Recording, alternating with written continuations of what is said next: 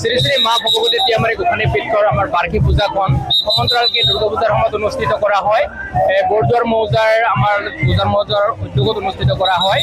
আজি দশমী দিনা আমাৰ শ্ৰী শ্ৰী মা ভগৱতী তিয়ামাৰী গোসানী পীঠৰ যি বিগ্ৰহ, এই বিগ্ৰহ আমি ঢোলে ডগৰে বিষয়ববীয়া তথা আয়তীসকলৰ দ্বাৰা আমি বাথা নদীলৈকে আমি বিসৰ্জন দিয়াৰ বাবে অনা হয়। এটা যিটো ৰাভা জনজাতীয় লোকসকল আছে তেওঁলোকে এটা কিয় পৰম্পৰাৰে আচলতে উদযাপন কৰে? সম্ভৱ যিমান জ্ঞাত নহয়, মানে অসমত তেনেকুৱা পৰম্পৰা আছে নে নাই নাজানো। যিহেতু এইটো আমাৰ কিমান দিনৰ পৰা অনুষ্ঠিত হৈ আছে আমাৰ ইয়াত প্ৰায় নাজানে, মানে শহ বছৰ ধৰি চলি আছে। আমাৰ পাতি ৰাভাসকলৰ, বিশেষকৈ পাতি ৰাভাসকলৰ ইয়াতে আমাৰ এই অনুষ্ঠানটোত জড়িত হৈ আছে। আৰু যিটো এই 9 দিন ধৰি আছে ন ভনীক উদযাপন পূজা দিয়া হয়। আমাৰ মানে যি ভগৱতী 9টা ৰূপ, এই 9টা ৰূপত আমি 9জনীক আমি খুব পূজা অৰ্চনা কৰা হয়। 9জনীক পূজা অৰ্চনা কৰি আমি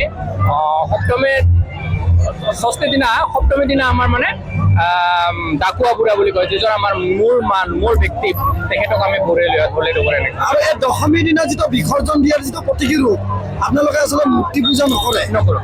এইটো মূৰ্তি পূজা নহয়। আমাৰ যি কাঠৰে আমাৰ পূৰ্বতে আজিলৈকে কোনো ক'ব নোৱাৰে কেতিয়া আমাৰ স্থাপন কৰা হৈছিল, সেই মূৰ্তি কিছুমান থাকি যায় আমাৰ। কিন্তু আমাৰ যিটো বিগ্ৰহ, সেই বিগ্ৰহটোহে আমি বাথা নদীলৈকে লৈ আহি গোসানীৰ বিগ্ৰহটো আনি আমি বিসৰ্জন দিয়া হয়।